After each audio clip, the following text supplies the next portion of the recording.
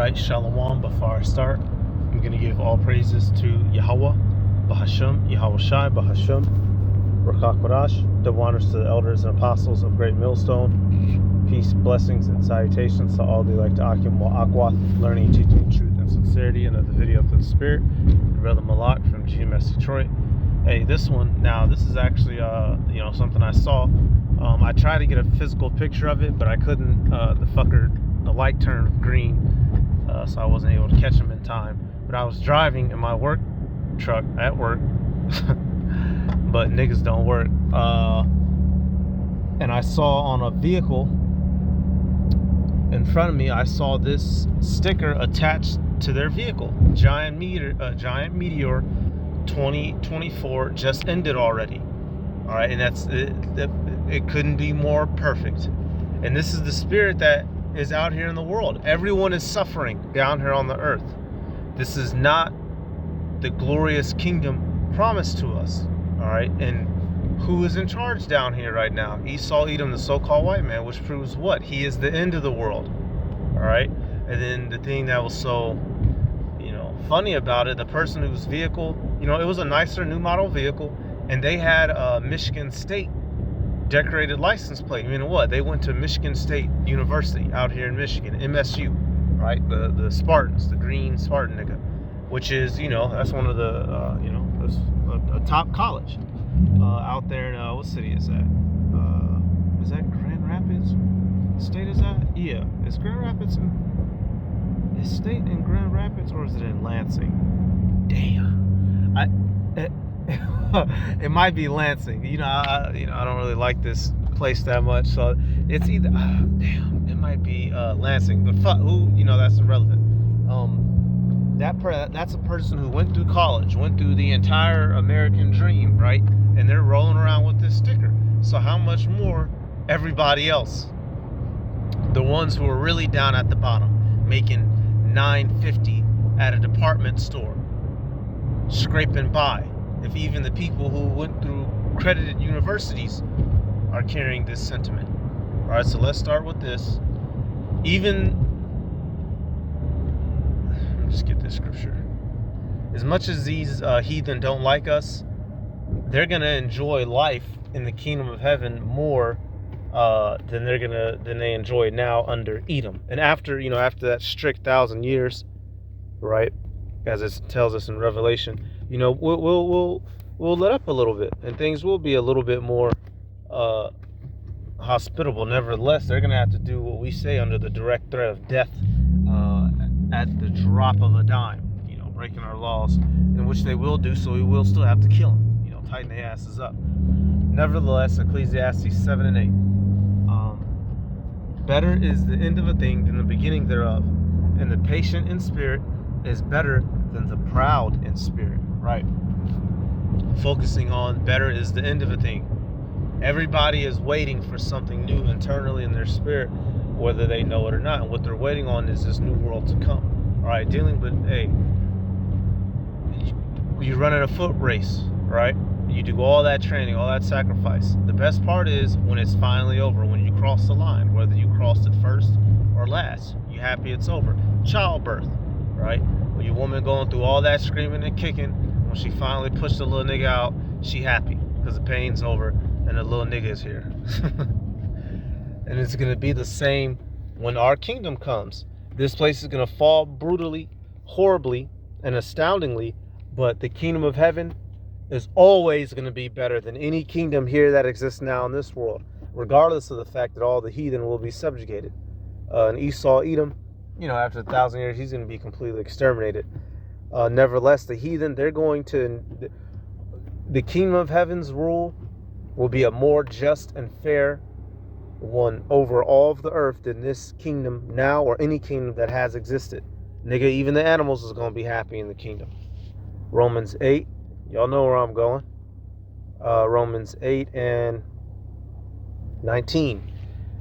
For the earnest expectation of the creature waiteth for the manifestation of the sons of the power. Right. Creature is what? The byproduct of creation. Everything down here. The people, the animals, the trees, the grass, the goddamn sea anemone. right? Everything is waiting for Esau, Edom's reign of terror. That's why that sticker's up there. Because 300 years ago, they didn't want a meteor to strike and destroy everything. They had you niggas in slavery. Life was good. But as the years have gone by, Esau, through his oppressive laws and abominable spirit, right, forcing the image of the beast upon the world, it's degraded it's degraded the fabric of life itself, broken the relationship between man and woman, destroyed all of the world's diet, polluted the air, polluted the water, scavenged animals into fucking damn animals in places they don't belong, right? So-called extinct. Esau, under his reign of terror, has made people not want to be alive anymore. That's how bad this man is. So everything will rejoice when he finally falls, and the righteous are set up, which will be under Israel through Yahweh Bahashem Yahweh Shai. Verse 20, for the creature was made subject to vanity, not willingly, but by reason of him who hath subjected the same in hope. All right. So we're subjected in hope, waiting for the promise of the kingdom. We had no control over our destiny. The Heavenly Father said things was going to happen, and they happened, and we couldn't stop it. So now we're simply waiting on the rest of it to happen, which is what? The implementation of Jacob, of the kingdom, right? To get out of Esau's reign and into Israel's reign. Verse 21, it says, because the creature itself also shall be delivered from the bondage of corruption into the glorious liberty of the children of the power. Right. Now this is dealing with us, the Israelites. We're going to be delivered from the corruption, these vile bodies which sin and are capable of going off, which results in punishment and death. Right. Let me get that also out of Philippians. Yahushua is able to deliver us from this corruption through laying down his life and his blood. So yeah, we need that meteor to come so we can get to the next step, and ultimately through the spirit, the meteor is the nuclear missiles and the fire that's coming from Yahweh Bashem Yahweh Shai to destroy Babylon. And when this place falls, Edom's hierarchy will fall with it. He will no longer have rulership over the world. That's what everyone's waiting on. That's the true meteor. That's the great millstone. Right? That's the mountain that Esdras saw, right? The giant stone in Daniel that broke the statue at the feet. That's what we're waiting. That's the true meteor. Yahweh Shai is the meteor, and that's what we're waiting on. Philippians 3 and 21. I'll start right at it. It's speaking of Yahweh Shai.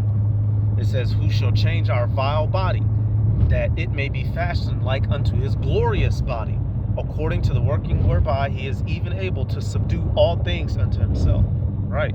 So we're desiring to be glorified like Yahweh Shai, because he has the power to do so. He can get us out of this vile and corruptible flesh when he returns. All right. So what it's dealing with here in this verse 21. All right. Reading verse 22, it says, for we know that the whole creation groaneth and travaileth in pain together until now. Right. Groaning. All right. Murmurings under your breath. All right. And truly, what does that mean? What? Your spirit inside of you.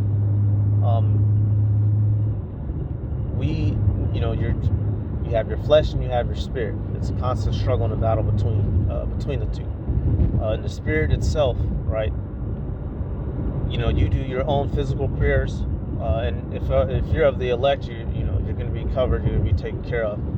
But your spirit itself, it throws up its own prayers, subconsciously, whether you realize it or not. Right? And Yahweh Shai hears those things. The spirit knows what it needs. And Yahweh Bashem Yahweh Shai is going to give answer. And soon all of our prayers will be answered by way of what?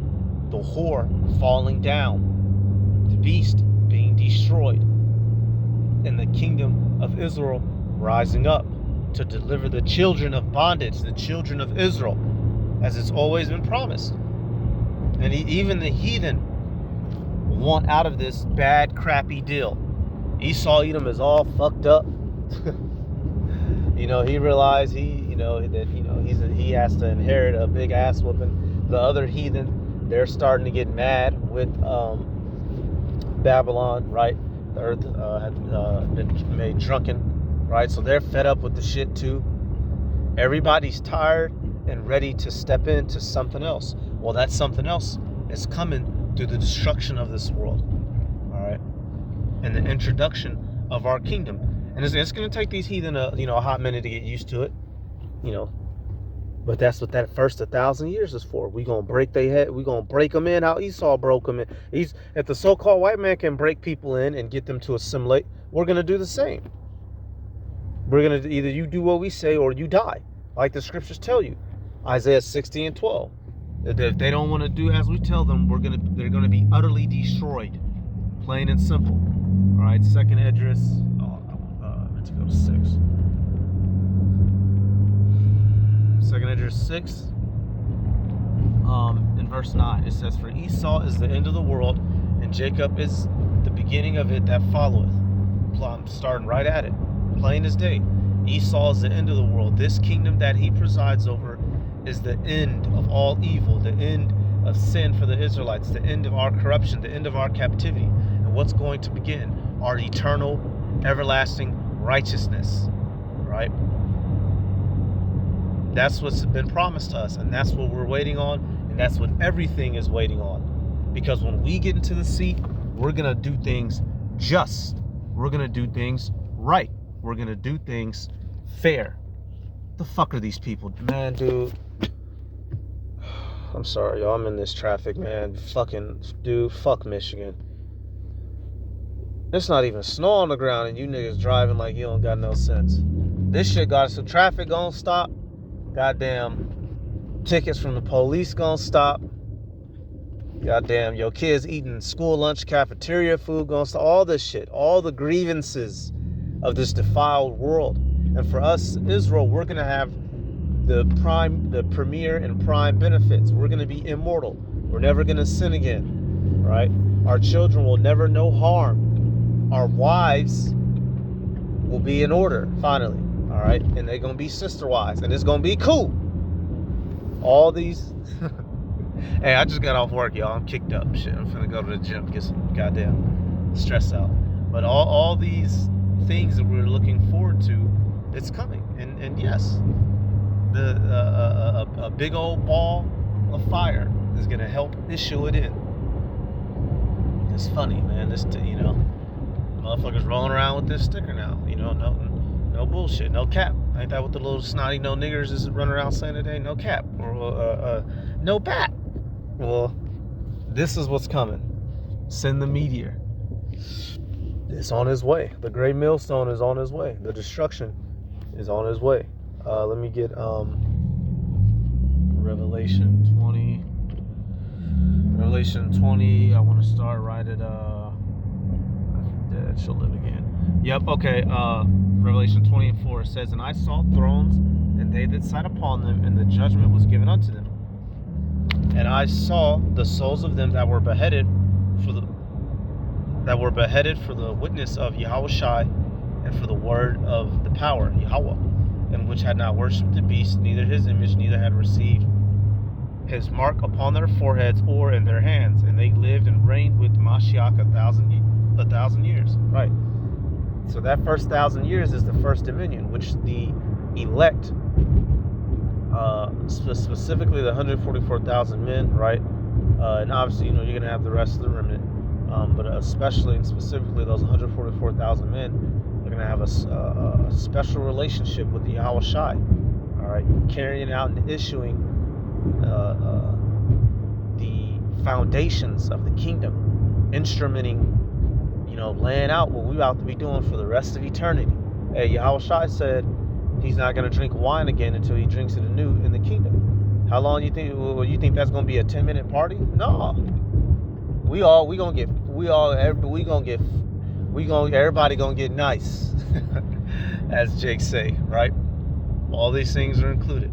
Verse 5, it says, but the rest of the dead lived not again, until the 1,000 years were finished. This is the first resurrection, right?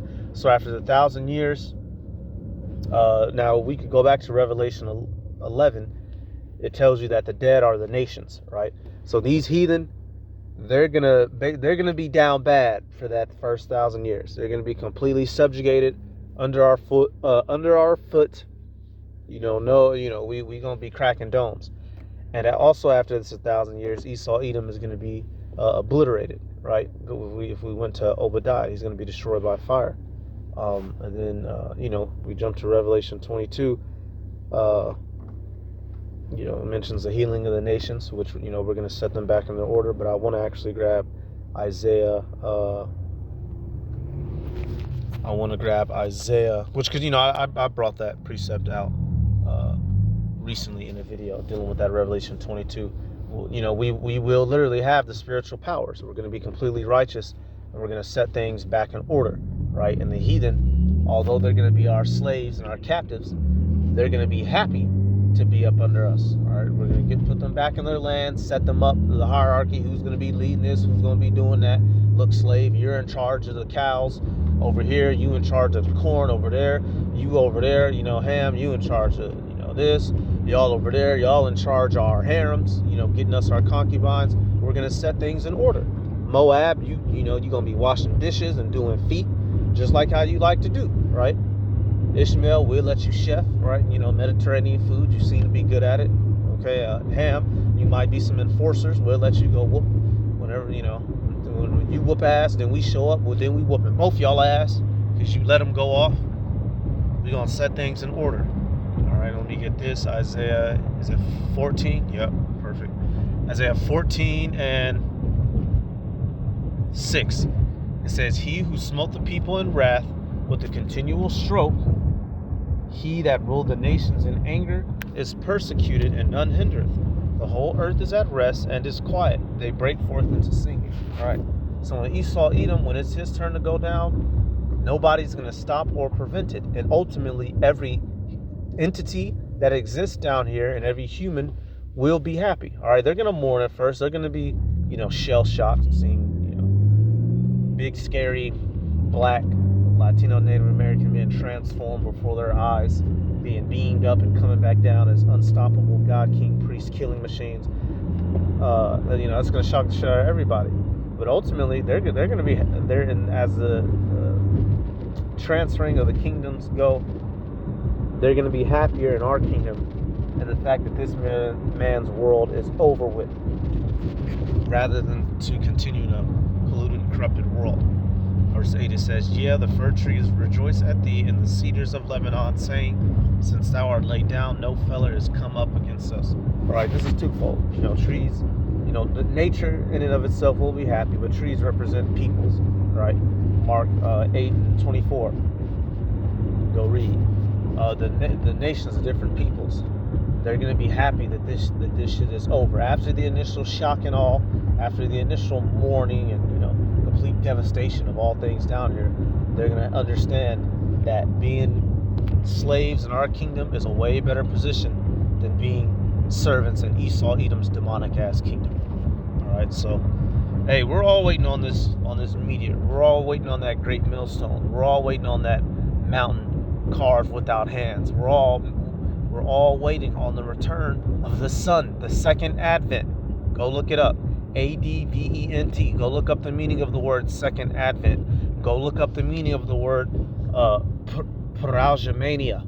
P-A-U, what is it? P-A-R-A-U mania. M-A-I-N-A. Parausmania. There's an S in there somewhere. Damn, what is it?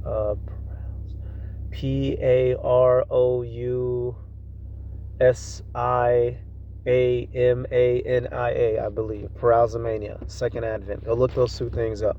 That's what we're all waiting on. All right, we're waiting on the return of Yahweh Bahasham Yahweh Shai. All right, we're waiting on the Son, the white horse, to go forth conquering and to conquer, as it tells us in Revelation 19. All right, so that's about it, y'all. I'm going to give all praises to Yahweh Bahasham, Yahweh Shai Bahasham Chakurash, double honors to the elders and apostles of Great Millstone. Peace, blessings, and salutations to all the elect Akim wa Akwa, learning and teaching the truth and sincerity. Shalom.